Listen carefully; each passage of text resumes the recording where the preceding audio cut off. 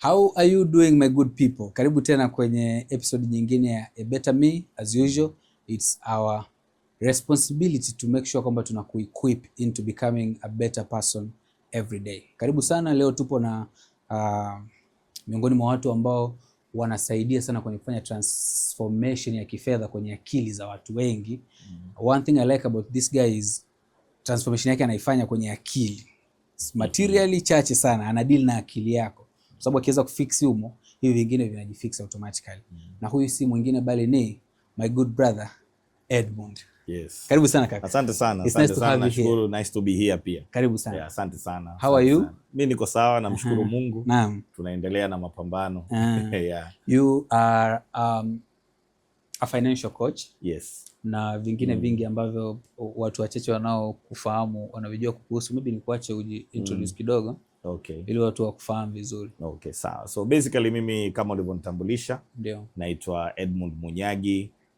Najitambulishaga kama a certified financial educator. Ndio. Hilo ni jina ambalo nimepewa na regulator wetu BOT. Kama huyu ni mmoja wa watu ambao wameidhinishwa kuweza kutoa hii elimu ya fedha. Lakini kwa kifupi tu, kazi yangu kubwa ni kuwaelimisha watu juu ya masuala ya fedha na uwekezaji, lakini pia tunaangalia na yale maisha kila siku na maamuzi tunayoyafanya. Na mimi napenda kusema kazi yangu kubwa ni kuwasaidia watu kufanya maamuzi sahihi na fedha zao. Kwa hiyo hicho ndio kitu kikubwa ambacho mimi nakifanya. Lakini vile vile ni mwekezaji. Kwa hiyo napenda kuweza napopata pesa na mimi niziwekeze ziweze kukua. Unajua sometimes watu wanaonaga kama mtu anayefundisha hivi vitu anafundisha tu, lakini mimi ni mwekezaji kwanza kabla ya kufundisha. Okay, wewe pia ni mtumiaji wa elimu. Yes. Yani mimi nawaambiaga watu sifundishagi kitu ambacho sikifanyii kazi mimi. Yani ukiniita leo niende nifundishe kitu ambacho mimi sikifanyii kazi, nitakwambia hapana, hiyo sio sehemu yangu. Kwa sababu unakuta ukifanya hivyo unakuwa unaongea maneno tu, lakini hayana uzito. Yani hayana uzito kwa sababu kile kitu hakiko ndani yako. Yes. Kwa hiyo ukiwa unafanya alafu ndo unafundisha, at least unakuwa unaongea with passion. Kwa hiyo saa nyingine inakuwa rahisi zaidi kwa mtu kuelewa. Kwa basically hicho ndio ninachokifanya. Let's head right into it kwenye masuala ya uwekezaji na fedha kwa ujumla wake. Wewe ni mwekezaji umesema. Yes. Umewekeza kwenye maeneo mbalimbali. Ndio. Nikiwa na hela yangu hapa kama milioni maybe 50, 70, nikakuuliza niwekeze wapi? Utanipa jibu gani? Okay. Na kwa nini? Okay. Sawa. Nimefurahi muulizo hilo swali kwa sababu ni mojawapo ya maswali ambayo unaulizwa na watu wengi sana. Mtu anakuja bana na milioni 5 na milioni 10 na milioni 50 na milioni hizi. Niwekeze wapi? Kabla hujajibu, yes, majibu yake yanafanana depending regardless of the amount. Aha, okay. Yes, majibu yake nitakayompa mtu yani jibu nitakalotoa kwa kila mtu atakayekuja ni hilo. Okay. Yes, jibu ni moja tu. Na kwa nini jibu ni moja? Ni kwa sababu mimi ukiniuliza ningekuwa na milioni 50 ningewekeza wapi, ningeweza kukupa jibu kirahisi zaidi. Mimi kama Edmund ningeweza kwambia mimi ningewekeza huku. Lakini ukija wewe ukaniuliza bana Edmund niwekeze wapi na kiasi hichi, siwezi kukupa hilo jibu kabla ya kukaa chini na wewe, kujua hali yako ya kifedha sasa hivi, kujua malengo yako, kujua risk appetite uliokuwa nayo. Yani una uwezo gani wa kukabiliana na hatari. Yes, kwamba vitu vikipotea inakuwaje? Umeona umeweka hela alafu hazijakuwa kama ulivyokuwa unatarajia. Wewe una react vipi? Umeona hivyo. Hizi hela sawa umewekeza milioni 50. Je, kile kinachokuja unataka kukifanyia nini kama faida? Yani lazima nikae na wewe. Kuna factors nyingi sana za kuchagua wapi niwekeze. Na watu waga wanadhaniaga kuna sehemu sahihi ya kuwekeza na kuna sehemu ambayo sio sahihi. Hapana. As long as sehemu ni halali, yani sio zile Ponzi scheme zinazoweza kupotezea hela. Umenipata? Kwa sababu kuna scheme zingine zinaweza kupotezea hela. Lakini as long as sehemu ni salama, ni sehemu halali, then kinachobakia tu ni kwa nini mimi niwekeze huku. Alafu pia kitu kimoja ambacho napenda watu wagundue ni kwamba sio kwamba utawekeza sehemu moja tu. Mimi sehemu zote ninazofundisha uwekezaji nina hela humo ndani nimewekeza. Lakini sasa zinatofautiana, kuna mwingine huku ataweka nyingi, kuna mwingine huku ataweka kidogo. Kulingana na ile factor ambazo umesema. Yes, factors nyingi sana, familia. Sasa mtu ana watoto, mwingine hana watoto. hawezi kuweka sehemu moja. Umenipata hivyo? Huyu ana ndoa, huyu yuko single. Umenipata? Huyu mwanafunzi, huyu mtu mzima, huyu ana miaka 55 hivyo. Kwa hiyo ni muhimu sana kuangalia hizo factors zote ili kuweza kumjibu mtu awekeze wapi. Okay. Lakini huwezi kumpa jibu la haraka haraka, bwana wekeza huku. Ila ukiniuliza mimi kwamba ningekupa leo milioni 50 ungewekeza wapi, nitakujibu haraka kwa sababu tayari mimi ninajua unaweza kuzienda. Yes, exactly. Yes, okay. Yeah. Unawekeza sana kwenye hisa? Yes, actually fedha nyingi ambazo zipo kwenye uwekezaji zipo kwenye hisa. Zaidi ya 53% kama sijakosea currently za ile portfolio yangu yote. Portfolio yako au ya jumla ya jamii nzima? Yote ya kwangu mimi. Okay, ya kwangu mimi ipo kwenye hisa. Yeah, kwa hiyo nawekeza zaidi kwenye hisa. Aha. Yes. Why? Swali zuri sana. Okay, so labda naweza nikasema hivi, hata mimi zamani huko nilikuwa sio a big fan wa hisa. Niliwahi kuwekeza kwenye hisa, alafu zilikuwa sikuuza zikashuka, lakini sikufurahishwa na kile kilichotokea. Kwa nikasema sitawekeza tena mpaka pale ambapo nitakuwa na hela za kuchezea. Na ukatumia kabisa the phrase hela za kuchezea. Yes, yani uliona umechezea. Niliona kama nimechezea hela, nikaona kwamba hisa sio sehemu ambayo utaweka hela, yani zile serious money. Yani nikiwa na hela za kuchezea, yani ikipotea fresh ndo nitaweka kwenye hisa. Kwa nini? Sikuwa na maarifa. Lakini baada ya kupata maarifa kupitia mwalimu wangu Emilian Busara, na kitu kilichoni intrigue ni the fact kwamba unaweza ukapiga hesabu na ukajua thamani ya hisa kwa compare na bei. Yaani unafanya maamuzi kutokana na sayansi. Kuna sayansi. Sio betting kabisa. Hapana. Kuna sayansi nyuma ya uwekezaji kwenye hisa. Hata jana nilikuwa nimepost kitu, watu wakawa na comment pale. Nikagundua kuna watu wao wana invest kwa kuangalia bei tu. Kwamba akiona bei ya hisa imepanda anasema hisa inafanya vizuri. Akiona imeshuka anasema hisa inafanya vibaya. Wakati unaweza kukuta bei inashuka lakini hisa hiyo kampuni inafanya vizuri. Kwa hiyo ni muhimu kuiangalia kampuni. Sasa nikija kwenye kujibu swali lako, sababu kuu kwa nini nawekeza kwenye hisa ni kwa sababu hisa ina uwezo wa kukujengea utajiri. Hisa ni biashara. Yaani ninavyonunua hisa nanunua sehemu ya ile kampuni. Mimi nawekeza CRDB zaidi. Nazo hisa za makampuni mengine lakini CRDB zaidi. Kwa mimi ni mmiliki wa ile bank ya CRDB kwa level yangu. Kwa kiwango changu kile nilichowekeza. Kwa naimiliki ile benki. Kwa kama naimiliki maana yake na mimi ni mmiliki. Ni biashara. No matter how small. No matter how small, ni biashara. Na unajua biashara siku hizi, watu unajua tunaaminigi biashara ni ile ambayo nimeianzisha mimi na imiliki mimi kwa 100%. Ukiangalia matajiri wakubwa, mfano msearch Elon Musk, alafu angalia anamiliki hisa kiasi gani za Tesla. Ukimsikia Mark Zuckerberg, utasema huyu ni mmiliki wa Meta. Lakini try to find out Mark Zuckerberg anamiliki asilimia ngapi za Meta. Utakuta ni asilimia ndogo, sio? Ukienda Amazon utasema Jeff Bezos ndo mmiliki wa Amazon, lakini anamiliki kwa asilimia. It's almost the same kwa matajiri wote wengi ni hivyo. Kwa nini? Kwa sababu si lazima kwamba umiliki 100% ili ndio uwe na faida kubwa. Unaweza kukuta kuwa peke yako kuna kufanya ufanye biashara ndogo. Ingawa wewe unaona kama ni kubwa, lakini ni biashara ndogo. Lakini ukiweka nguvu na watu wengine ambao unaweza kufika mbali. Kwa hisa ni biashara. Kwa hisa ina uwezo wa kukujengea utajiri. Kwa mtu yote ambaye anaanza, especially kijana, hisa ni sehemu ambayo anahitaji kuwekeza. Ajifunze kwanza kwa sababu ina technicalities nyingi, lakini ni sehemu ambayo inaweza kukujengea utajiri. Mimi nimeanza kuwekeza 2021, lakini na hisa zangu ambazo zimekuwa zaidi ya mara 6 mpaka sasa. Miaka 4 tu. Tuko watano. Mara 6 kutoka kwenye original amount. Yes. Mara 6. Sasa wapi unaweza ukapata growth kama hiyo kama sio kwenye hisa au kwenye biashara? Kwa hiyo ukiweza fanya biashara, lakini pia hisa ni biashara.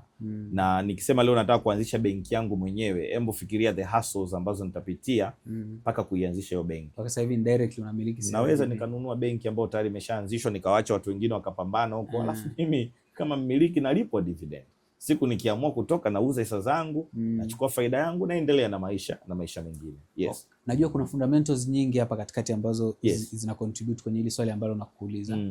Na of course sasa hivi umejitahidi kutumia nguvu yako, Mungu akubariki for that. Amina, nashukuru sana. Unatumia muda wako mwingi sana ku spread elimu ya bure kabisa mtandaoni. Kila siku watu wanajifunza, wakati mwingine wanaenda live, wakati mwingine unapost tu video ya kawaida.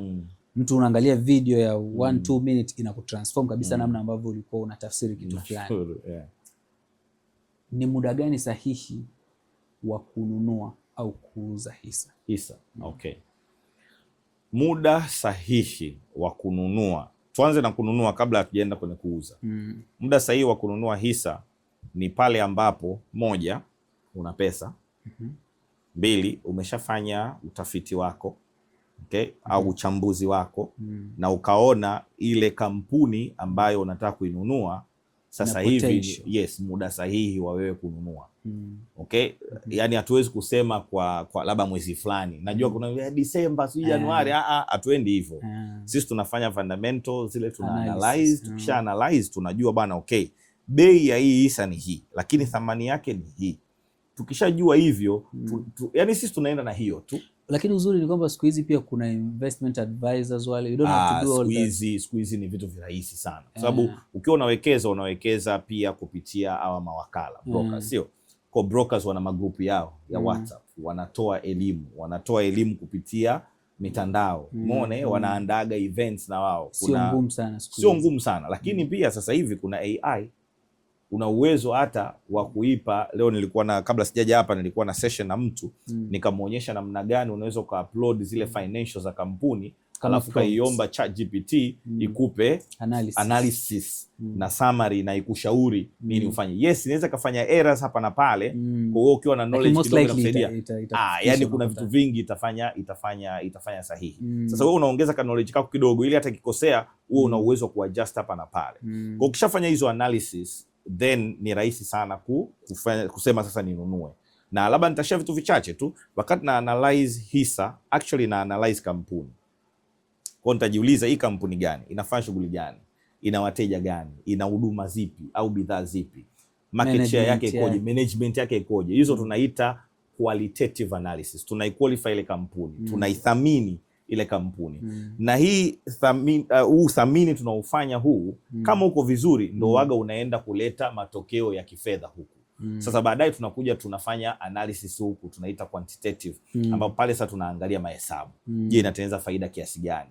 Je, uwiano wa bei yake na thamani ya hisa ukoje? Uwiano wa bei ya hisa na mapato ya kampuni ukoje? Hizo zote tunazifanya ili tuweze kufanya maamuzi. Ukishakuwa convinced pale, unanunua. Kwa hiyo ndio muda sahihi wa kununua. Ndio. Alafu muda wa kuuza ni pale ambapo hizi analysis unazozifanya zinakwambia uza. Sababu unaweza kufanya analysis kwambia hapa uza. Kuna ratio moja tunaiangalia inaitwa PE ratio. Ile ni uwiano kati ya bei ya hisa na mapato ya kampuni. Kwa ile ikiwa kubwa sana, ikishazidi 15 huko inaenda 20, inawezekana ikawa ni trigger ya wewe kuuza. So kwa lugha rahisi ya Kitanzania, it's okay to sell your shares. Of course, it's okay. Kama fundamentals na kuruhusu kuuza, ndio. Now kuna watu wa aina mbili ambao wanawekeza kwenye hisa. Kuna traders au senge tunaita speculators. Yeye anacheza na investor. As an investor, mara nyingi ukiwekeza, kwa sababu umesha-study ile kampuni, unataka kuimiliki kwa muda mrefu. Kwa sababu imagine kama wewe unamiliki kampuni yako binafsi, lini unaiuza? Una mpango gani wa kuuza? Yaani mimi nikija kwenye kampuni yako bana Jose whatever, nikakwambia bana hii kampuni yako lini unaiuza? Kwanza naweza kashangaa huyu kwa nini ananiuliza swali kwamba yani anaulizaje mimi niuze kampuni yangu? Yaani hauna plan ya kuuza. Sasa investors wana mentality hiyo. Speculators na traders wao wanaangalia margin tu kwamba nimenunua kwa bei ya chini, kipanda nauza. Hivyo ni kama anafanya biashara tu ya kununua product kwa bei ya chini. Sasa shida hiyo inaweza ikakukatch siku ukajikuta kwanza unatumia a lot of energy. Alafu pia inaweza ikaenda against you. Kuna times ukajikuta umeuza kesho yake zikajidabu. Exactly, zinatokea hivyo.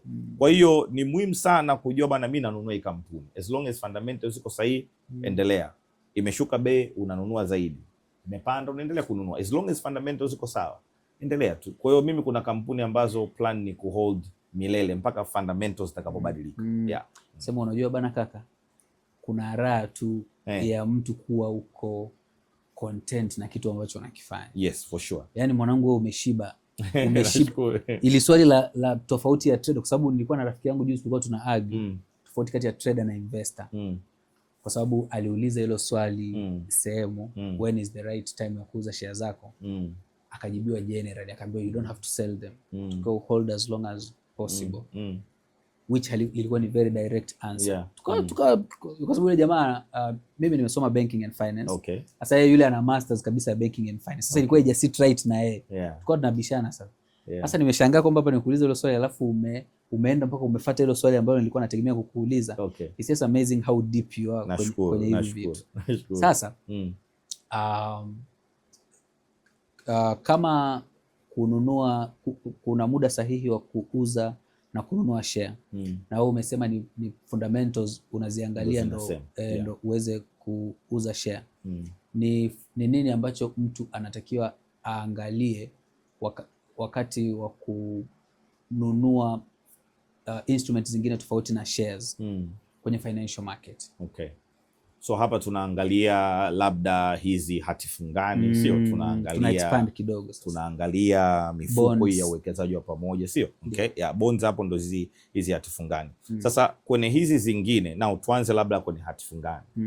Kwenye hati fungani mara nyingi mtu anachokiangalia ni ile interest rate ambayo inalipwa, kwa sababu hati fungani inatoa a fixed interest. Kwa hiyo interest ya hati fungani waga haibadiliki. Kwa hiyo mtu sasa atafanya maamuzi yake based on ile hati fungani, lakini pia anaweza akafanya maamuzi yake based on muda ambao anahitaji hela yake ibakie kule, ingawa hati fungani unaweza kuziuza kwenye secondary market. Kwa mimi naweza nikanunua kwenye mnada labda wa BOT, alafu baadaye nikaja nikakuuzia wewe baada ya kukaa nayo, baada ya muda mchache naweza nikakuuzia wewe even a day or two, unaweza kaiuza. Kwa hiyo naweza nikaangalia huo muda, lakini muda sio fakta kubwa sana. Ni miongoni mwa kingine ni namna ambavyo ile hati fungani inalipa zile coupons au interest. Kuna zingine zinalipa kila miezi mitatu, yani kila quarter. Kuna zingine zinalipa kila miezi 6.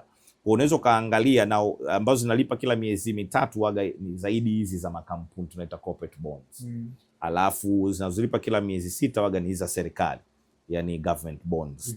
Sasa we mwenyewe unaweza kaangalia bana, mimi nawekeza kwenye hati fungani kwa sababu nataka niitumie hati fungani kwa ajili ya kulipa ada za watoto shule. By the way, hati fungani ni nzuri sana kuwekeza kama unahitaji yale mapato ya kusaidie kwenye matumizi ya sasa. Yani sio ya muda mrefu, ya sasa. Ndio maana mimi sio fan sana especially kwa kijana kuwekeza kwenye hati fungani kwa muda mrefu.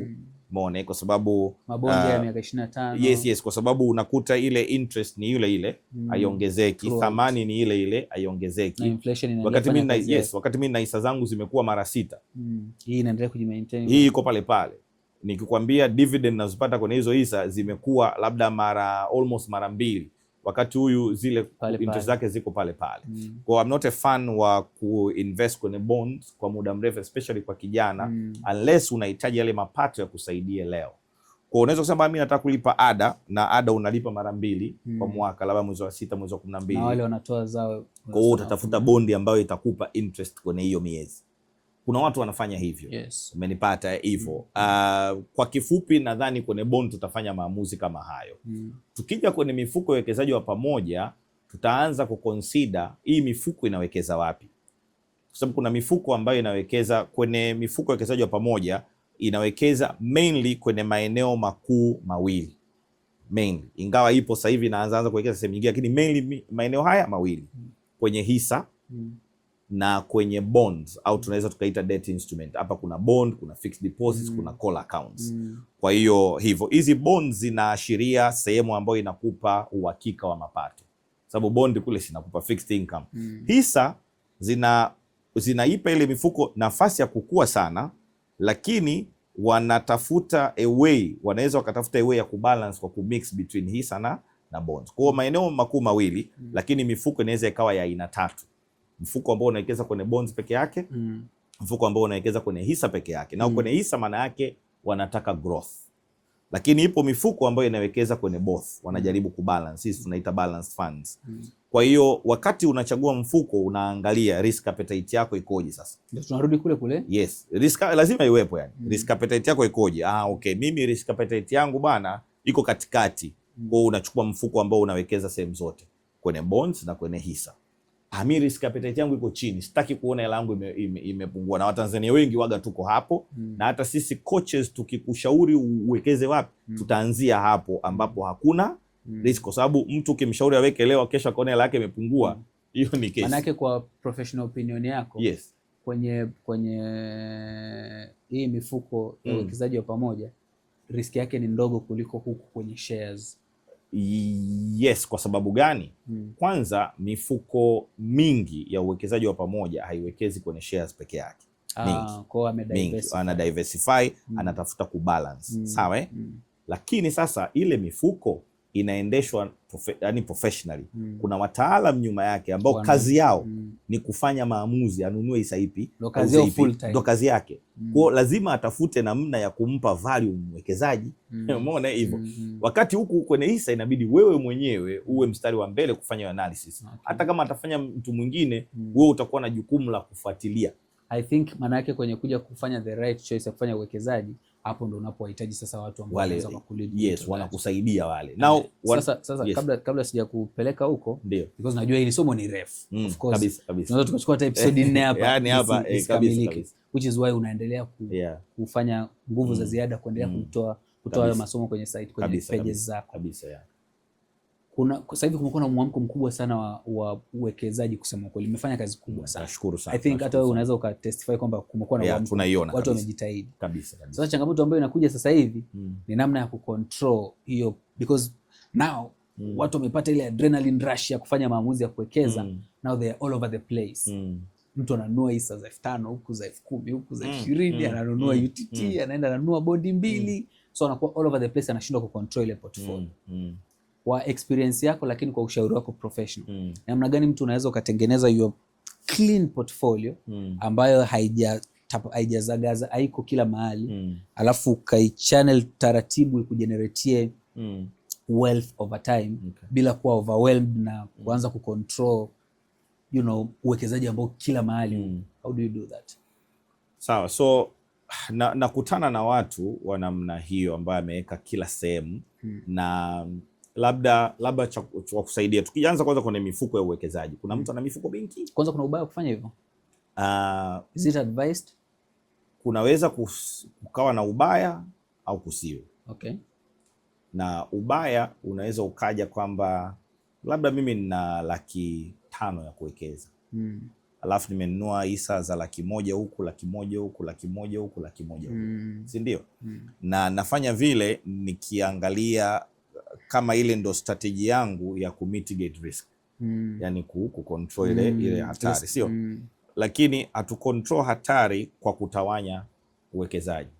Tuna control kwa kufanya analysis. Unaweza nikatawanya, alafu nikakuta nimeweka kwenye sehemu ambayo fundamentally, yani kuna sehemu nyingine huko ni better zaidi. Umeona hivyo? So faida yake hautapata vizuri. Hautapata. Kwa hiyo utajikuta yani dilute ile potential growth yako. Umeona, tunaendaga kwenye hii mifuko ambayo inawekeza kwenye multiple companies. Sasa ile ni mifuko ambayo utawekeza pale ambapo unataka tu kudiversify, lakini what if wewe ungeweza kupick kampuni pale ambayo inaweza kuletea return kubwa. Kwa hiyo ukijua kufanya analysis inaweza kusaidia kuchagua sehemu ambayo kweli inaweza kukupa that growth. Halafu sasa ukishaanza kufanya hivyo, kuna wakati utaanza kuchanganyikiwa, kwa sababu utaona kuna sehemu inakuwa mwaka wa kwanza inakuwa huku, ya mwaka pili inakuwa huku vile vile. Sasa unaanza kuwasa niweke huku, utatoa kutoweka huku, ukiweka huku unashanga huku zimeanza kupanda. Sasa mbona huku nimeweka huku zimeanza, kwao unakuta unachanganyikiwa. Kwao ni vyema na usio lazima. Unajua hizi ni strategies. Na kila mtu anatakiwa kuwa na investment strategy yake. Kwa mimi naweza nikasema hivi ndo sahihi, alafu mtu mwingine akaja akaniprove wrong. Brother, nimefanya hivi na hivi, growth ni, na nikamwambia si mchezo. Nikakubaliana naye. Umenipata? Ndio maana tunasemaga personal finance is personal. Kwa ni muhimu tupate elimu, alafu wenyewe tufanye choices. Lakini kwa yule ambaye anaanza, mimi nitashauri awekeze zaidi, achague sehemu ambayo atawekeza, atulie pale pakae vizuri. Sio mbaya kudonoa huku sehemu zingine ili unakuwa unazionaona. Hata mimi nadonoaga sehemu zingine lakini na sehemu yangu ya focus ambapo najua hapa ndo nanunua zaidi. Labda kuna hisa ambayo 90% hela zangu ziko huko, especially because of the growth pia. Alafu nyingine inaofuata sijui inafika 10, haifiki 10 nadhani, au iko 80 something, iko 10 hapo au 9 point something hapo. Alafu vingine ni vitiny viko tu vinamba pale ambavyo hata ukilipwa dividend wala uhangaiki nayo. Kuna kampuni moja nilikuwa sijalipwa dividend yangu kwa sababu nilibadilisha CDS yangu. Hata uulizi. Sasa waga kanaingia kale ka dividend ka shilingi 1000 ngapi sijui 4000 sijui 1000 ngapi. Kwa waga na watania kwenye group nikiipata ile. Sasa huu mwaka ikuingia, kwa hiyo nikawauliza kwa nini haijaingia. Wakaangalia wakagundua kwa sababu nilibadilisha CDS, walikuwa hawana details zangu. Wakanitumia form za kuandika, ndivyo ngambia no, hata sitajaza hizo form. Yaani niwasumbue kwa shilingi 4000. Tusubiri siku ikiwa hela ya maana nitaichukua. Umeona hivyo? Kwa hiyo kuna visehemu unadonoa tu ili uendelee kuviangalia, lakini kikubwa chagua sehemu zako, focus hapo. Maana yake the right answer is baada ya kufanya analysis yako inategemea majibu utakayopata kutoka kwenye analysis yako. Wewe ni financial coach. Naam. Maana yake una ujuzi na una ufahamu mkubwa kuhusiana na pesa. Ni misconception gani especially kwa setting yetu ya nchi yetu ya Tanzania? Ni misconception gani ambazo unaona watu wanazo kuhusu pesa? Kuhusu pesa? Okay. Zinaweza zikawa nyingi. Lakini mimi nachokiona watu wanaamini kwamba kwanza pesa iko chache. Yaani anaona kama pesa haipo. Yaani watu wanaona kama kuna limitation kwenye kiwango cha pesa ambacho mtu anaweza kakipata. Wakati ukiangalia dunia sasa hivi tunaoishi, yani pesa inapatikana, inahitaji tu ujuzi. Angalia kama hizi sessions unafanya hapa, video kama hizi zina potential kutengeneza pesa, kwa sababu zitapeleka elimu kwa watu. Kuna watu wanasema na mimi nataka uje ufanye hapa wiki na hiki, unajikuta umetengeneza pesa. Kwa social media tu sasa hivi inaweza kumsaidia mtu kutengeneza pesa. Kuna wale ambao wanasema pesa sio kila kitu. Pesa sio kila kitu, kwamba unaweza maisha kaenda bila pesa, lakini hamna kitu ambacho hakihitaji pesa. Hapa tulipo ni pesa, jinsi tulipofika hapa ni pesa, jinsi tutatoka hapa ni pesa. Kila kitu tutakachofanya ni pesa. Kokote pale utakapoenda pesa inahitajika. Umeona hivyo? Kwa hiyo ni ile tu kubadilisha mtazamo. Kuna watu bado wanadhani kwamba ukiwa na pesa nyingi sana basi wewe umefanya mambo ambayo sio mazuri. Hivyo lakini kuna janja, kuna imani za kishirikina humo ndani na nini hivyo, lakini bado inawezekana kwa watu kutengeneza pesa kwa njia ambazo ni halali.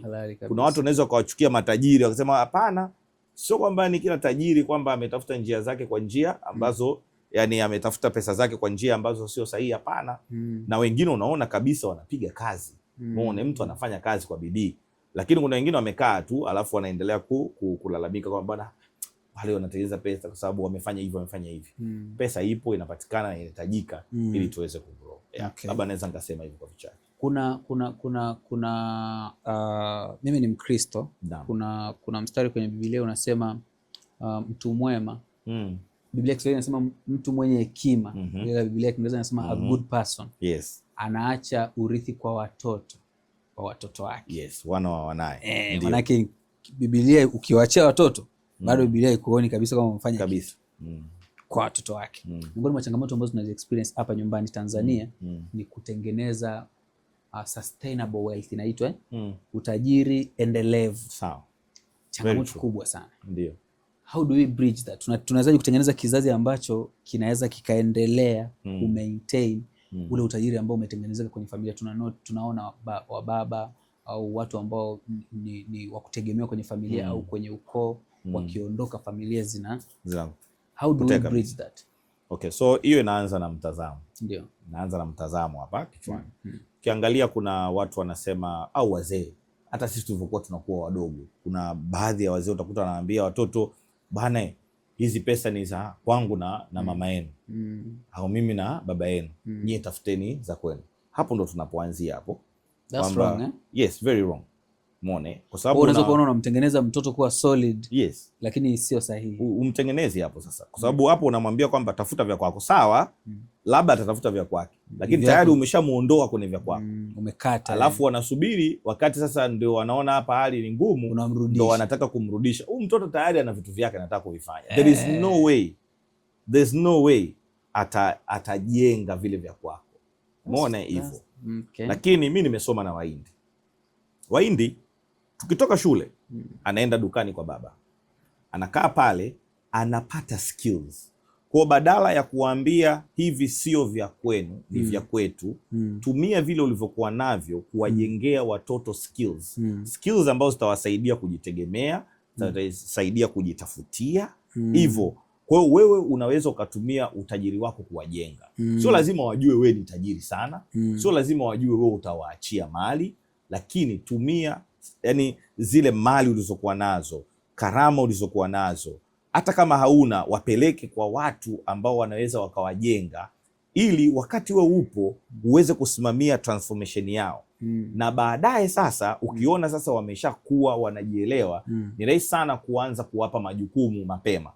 Ukianza kuwapa majukumu mapema, kuna watu ambao yeye amesoma, akati ameenda chuo, anajua kabisa naenda chuo nikitoka na kuja kuendeleza. Mfano Mo Dewji ukiangalia, amesoma lakini anajua akirudi anakuja ku take over business ya mzee. Umenipata hivyo? Kwao ni muhimu sana kuwajenga, la sivyo. Na siku hizi ukiangalia, wazazi walifika hapa, mtoto anaishia hapa kwenye maisha, mjukuu anaishia hapa. Tunazidi kwa sababu competition ni kubwa.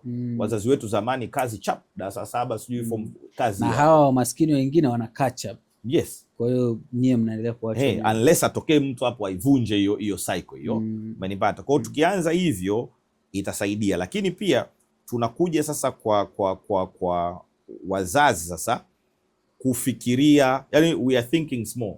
Fikiria kidogo. Malengo yetu. Malengo yetu nakuta ni madogo. Yani ukiwa na malengo ambayo we mwenyewe ukiangalia unaona unaweza kuyatimiza, hayo malengo ni madogo. Rudi mezani. Yakishakuwa madogo hayawezi kwenda generations. Lakini leo ukiwa na malengo makubwa kiasi kwamba ukiyasoma yanakushtua, maana yake haya malengo wewe mwenyewe utajua kabisa haya, mimi simalizi mwenyewe. Nahitaji watu waendeleze. Kina nani? The best sasa ni watoto huku wanaokuja. Kwa hiyo unajikuta wewe mwenyewe unaanza kuwaweka karibu, unaanza kuwatengeneza ili waje malengo yako yenyewe yana demand. Yes, yana demand hivyo. Kwa hiyo tusifikirie vitu vidogo, tufikirie vitu vikubwa. Vile ndo vitafanya yani hizi mali tunazotafuta ziende generations to generations. Okay. Lakini tuna uwezo wa kutengeneza systems. Sababu hivi inawezekana pia zisifike. Systems gani? Kuna kitu kinaitwa family trust. Family trust ni chombo ambacho utakitengeneza, utakisajili RITA. Ni kama kampuni fulani, Vini Trust. Na utatransfer mali zako kwenda kule, utaweka instructions hizi mali zako zitumike vipi. Sawa? Maana yake ni kwamba hata ukifa zile mali haziko chini yako, kwa ziingii kwenye mirathi. Lakini mule ndani umeweka instructions zitumike vipi. Kwa hata ukifa zile instructions zako zinaendelea. Yaani uko kaburini lakini unatoa instruction na familia hawagawani. Hawawezi kwa sababu sio za kwao, na kule ushaweka instructions. Sio za kwako pia. Na sio za kwako pia. Umeona kuna wasimamizi tu ambao wanaweza wakawa within the family au nje pia. Lakini kile ulichokiandika kule ndo kisha utasema labda nina nyumba hii. Hii nyumba ipangishwe, kodi yake isaidie kulipa ada za wajukuu mpaka watakapofika chuo. Maana kitafanya exactly that. Na kuna vyombo vya kisheria vya kuprotect. Yes, kwa sababu hiyo inatengenezwa kisheria, inasajiliwa kisheria na inasimamiwa. Kuuza lazima upate tunaita consent. Upate ruhusa kutoka RITA. Kuuza chochote kilichopo mule ndani. Hiyo inabidi sasa siku nikutafute kaka. Kununua uandike pia. Kwa maana yake hata ukiwa na mtoto ambaye, kwa sababu watu wanaachiwa mali, achiwa nyumba kama hii wanauza. Kwa sababu wanashindwa tuishi, tupangishe, huyu anasema hivi, huyu anasema tuuze. Kwa hiyo ndio sasa tuuze tugawane. Wanauza nyumba, wanapata hela pale nzuri, milioni 100 labda, wako watoto 5. Kila mmoja milioni 20. Sasa unafanya nini na milioni 20? Inaisha yote kwenye wanamaliza tu. Kidogo tu imeisha. Kuisha tena. Amerudi kule nyuma. Tena akinunua liability, mwingine ndo ananunua gari sasa. Alikuwa ana gari, ananunua gari. Gari linamuongezea expense. Linamlazimisha labda ahame pale alipokuwa anaishi. Kwa sasa anaanza kustruggle. More than kipindi ambacho akupata hii hela. Umeona hivyo. Kwa hiyo usipotumia wealth vizuri unaweza kujikuta inakurudisha nyuma baada ya kupeleka mbele. Kwa hiyo with vyombo kama hivi vinaweza vikasaidia kupeleka yani wealth kwenye generations kama wenzetu wanavyofanya. Yes. Kaka, kwa kumalizia for like a minute or so, ni kitu gani ambacho unaweza kumshauri mtu ambaye, kwa sababu unajua wewe the ultimate purpose ambayo Mungu ameweka ndani yako ni kuona watu wanakuja kuwa financially free kabisa, na ile freedom hata wanaitransfer kwa watoto wao kama ambavyo umetoka kusema hapo. Ni kitu gani ambacho unaweza kumshauri kwa kifupi sana mtu ambaye anataka kufikia uhuru wa kifedha? Kwanza unafikika, alafu unaweza kumshauri ni mtu ambaye anataka kufanya hivyo. Sawa. Yes, uhuru wa kifedha unafikika. Na labda tu define uhuru wa kifedha ni nini. Uhuru wa kifedha ni pale ambapo utakuwa na uwekezaji ambao kipato kinachotoka huko kina uwezo wa kuendesha maisha yako, sio yale basic tu, lakini na maisha yale ambayo unayatamani. Yani uishi yale maisha mazuri. Huo ndio uhuru wa kifedha. Of course kila mtu anaweza kadefine kwa namna yake, lakini hiyo ndio definition ambayo napenda kuitumia. Sasa uhuru unafikika na mtu ufikika unafikika. Anafikaje? Moja, usitumie zaidi ya kile unachokitengeneza. Kama mshahara wako ni milioni 1, matumizi yako hayataki kuzidi milioni 1. Inabidi yawe chini, anatakiwa yawe kama 70% hivi, ili upate sehemu ya fedha ambayo utaitumia kama uwekezaji. Sawa, wekeza angalau 10% ya mapato yako unayotengeneza. Whether umepewa zawadi, umefanya kazi, angalau 10% iwekezwe. Okay? By the way, kabla ya kuwekeza lazima uwe na mfuko wako wa dharura. Sababu usipokuwa na mfuko wa dharura ukaenda kwenye uwekezaji, yani ikipata shida utarudi tena, umeona hivyo. Kwa hiyo tunaanza mfuko wa dharura alafu tunakuja kuwekeza. Alafu sasa tukiwa tunawekeza pale, of course muhimu lazima tupate elimu ya fedha. Okay? Elimu ya fedha inatusaidia kufanya maamuzi sahihi ya kifedha. Lazima tuepuke madeni mabaya. Kuna madeni watu wanaingia wanajiaminisha ni mazuri lakini mabaya. Hata deni au mkopo wa elimu ya mtoto wako unaweza ukawa ni mkopo mbaya. Lakini sasa hivi kuna hizo products ziko nyingi. Huo unaweza ukawa ni mkopo mbaya. Sababu unarudi lini? Una uhakika gani? Umeone? Na mtu anauchukua huu na anampeleka mtoto kwenye shule ambayo hana uwezo nayo. Na kama iko kwenye uwezo wako, shule ya uwezo wako, labda kuna vitu vimechanganyika, maybe inaweza kuwa okay, lakini inabidi ujipange mzazi. Umeona hivyo. Kwa tuepuke madeni mabaya. Cha mwisho, lazima tuongeze kipato. Especially kwa kijana, una nguvu. Kwa nini utoke kazi hata kama una kazi? Kwa nini utoke kazini uende nyumbani ukalale? Una uwezo kutoka kazini ukafanya kazi nyingine ya kwako ukalala saa 4. Kwa nini unaenda nyumbani una tune kwenye TV tu hivi, umekaa kwenye kitu unaangalia hivi? Mimi TV yangu aga naipita tu hivi. Yaani kwa muda mrefu, sababu siku hizi kidogo ndo napumzika saa nyingine naangalia, lakini nilikuwa naipita mpaka sasa niuze hii TV. Naipita tu, haiwashwi, haina chochote kile. Mpaka wakija wageni ndo unakuta sasa unahangaika sasa nilipie remote ili at least wageni wawe entertained pale. Kwa hiyo tutumie muda wetu wa ziada kuongeza kipato. Kipato kinachoongezeka sasa, tusiende kuongeza matumizi. Kingi kiende kwenye uwekezaji. Na hapo you only live once hivyo bana, inabidi uitoe hivyo, usipofanya hivyo watakula hela watu wengine. Sasa you have to make a choice. Either kizazi chako ukirithishe mali, fedha, nidhamu, au ukirithishe madeni. Inabidi uchague wewe mwenyewe. Madeni, umeone, au ukirithishe umasikini. Sababu unaweza unarithisha kile ulichokuwa nacho.